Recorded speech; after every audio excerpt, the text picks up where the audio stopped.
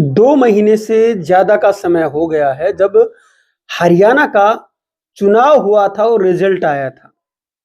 लेकिन 2 महीने के बाद भी आज तक कांग्रेस अपना नेता प्रतिपक्ष नहीं चुन पाई है।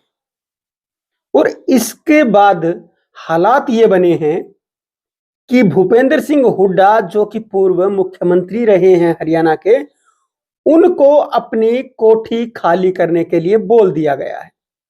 क्योंकि जो नेता प्रतिपक्ष होता है उसका दर्जा तो कैबिनेट मिनिस्टर के बराबर ही होता है, लेकिन जब अभी तक कोई भी नेता प्रतिपक्ष नहीं चुना गया है, ऐसे समय में भूपेंद्र सिंह हुड्डा आज केवल एक विधायक के रूप में रह गए हैं।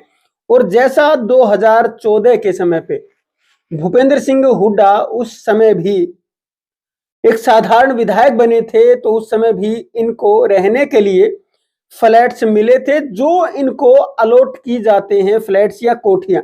तो उस समय पे इनको फ्लैट्स मिले थे और मंत्री जितने भी होते हैं उनके लिए कोठियां दी जाती हैं रहने के लिए चंडीगढ़ के अंदर। और अब नेता प्रतिपक्ष न होने की वजह से इनसे नोटिस दे दिया गया है कि भूपेंद्र हुड्डा जल्दी से जल्दी अपनी कोठी को खाली कर दें।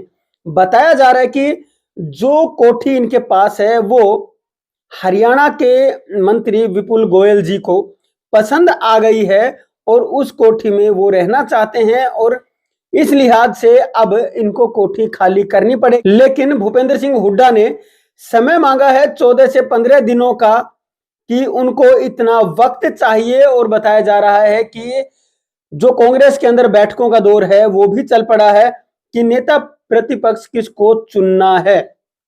अब ऐसे समय में जब कांग्रेस की पूरी कमान हाई कमान ने भूपेंद्र सिंह हुड्डा के हाथ में दी थी हरियाणा की, कि वो अपने बलबूते पर चुनाव लड़ें, अपने बलबूते पर चुनाव को जितवाएं और सरकार बनवाएं, क्योंकि उनके ऊपर ही भरोसा जताया गया था।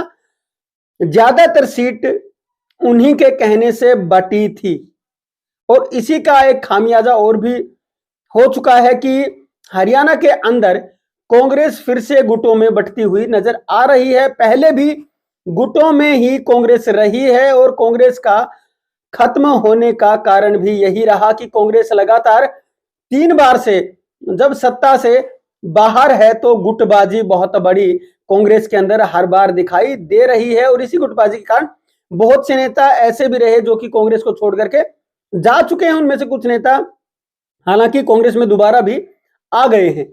लेकिन अब कांग्रेस का जो हाल आज के दिन है उससे कह पाना भी मुश्किल होगा कि कितने दिन में नेता प्रतिपक्ष ये चुन पाएंगे, और चुन पाएंगे तो किसको चुन पाएंगे। क्या भूपेंद्र सिंह हुड्डा ही कांग्रेस के नेता प्रतिपक्ष होंगे या फिर किसी और का नाम आगे किया जा सकता है। मंथन इस पे भी हो रहा है कि कांग्रेस की हार क्यों हुई थी, लेकिन उसके ऊपर भी हार में भी ज्यादा कुछ कांग्रेस ढूंढ नहीं पा रही है सिवाय ईवीएम का नाम लेने के।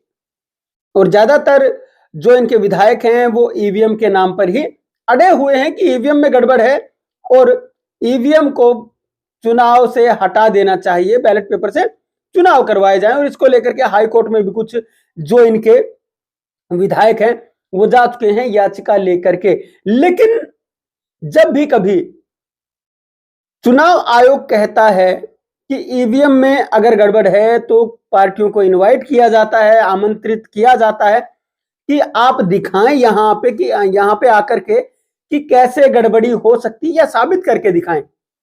जब ऐसा चुनाव आयोग बोलता है तो किसी भी पार्टी का कोई भी कैंडिडेट या कोई भी व्यक्ति किसी पार्टी का नहीं जाता है कि ईवीएम में गड़बड़ वो दिखा सकें।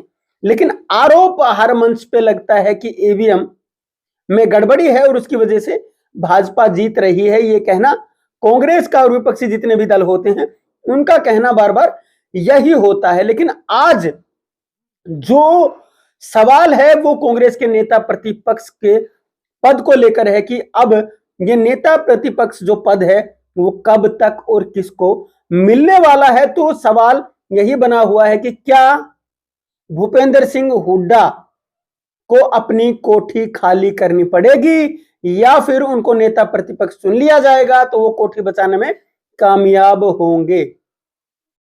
क्योंकि पिछले चुनाव में 2019 में ये नेता प्रतिपक्ष बने थे और इसी वजह से इनको एक कोठी अलॉट हो गई थी। तो अब इनका क्या रहता है और कांग्रेस का भी जो नेता प्रतिपक्ष का भविष्य है वो क्या रहता है? क्या कांग्रेस अपने अंदर जो खामियां हैं वो ढूंढ पाएगी? ये भी एक बड़ा सवाल रहने वाला है। आपको जो लगता है वो आप भी नीचे लिख के बता सकते हैं, लेकिन फिलहाल सवाल यही है कि क्या कांग्रेस समय रहते अपना नेता प्रतिपक्ष चुन पाएगी या भूपेंद्र सिंह हुड्डा नेता प्रतिपक्ष होंगे या नहीं होंगे। अगर वीडियो अच्छी लगे तो शेयर कीजिए और चैनल को सब्सक्राइब जरूर कर लीजिए।